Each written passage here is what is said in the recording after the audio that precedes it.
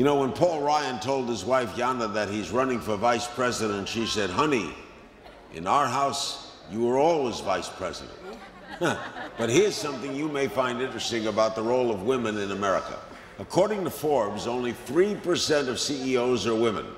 In our federal government, just 14% of leadership positions are held by women. Even here in Hollywood, only 5% of films are directed by women. One exception to the absence of women in American leadership is Chabad. In fact, Chabad's hundreds of community outreach, educational, and charitable programs, 50%, nearly 50% are directed by women. And many of Chabad's leading organizations, such as the Chabad Treatment Center, are headed by women. With us tonight are 3 dynamic community leaders from Chabad. Each are unique individuals who are directors of important institutions making an impact in their local communities. Racheli Muchnick from Oxnard, Leah Lang from Camarillo, and Rochel Shmuckler from Los Angeles. The Rebbetzins are here. What is a Rebbetzin? Rebbetzin, technically a rabbi's wife. A rabbi's the wife of the rabbi. So you're all married to rabbis. Yep. What do you do at Chabad, Rachel? What do we not do? We raise our families. We support our husbands, first and foremost. And then we're out there. We in the fields, helping, counseling, crisis intervention, meals, whatever. What got you involved, Leah?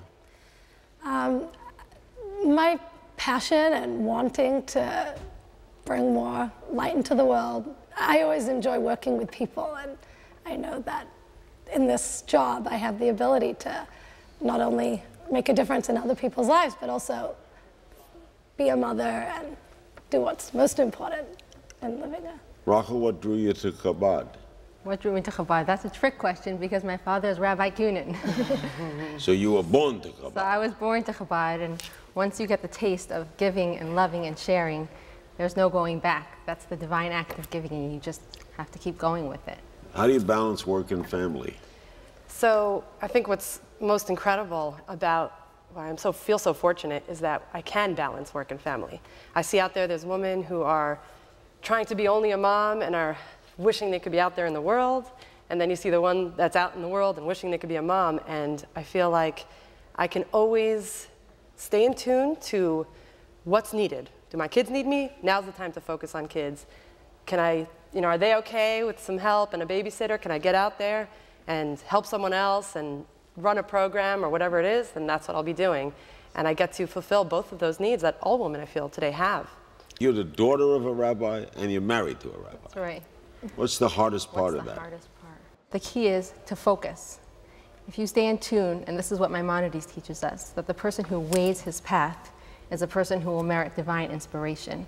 So at this moment when you ask, what is needed from me now, you have the answer. So you stay focused on the target. You don't get caught up with all the distractions. And I guess with today there are so many distractions, so staying focused, I guess, is the biggest challenge.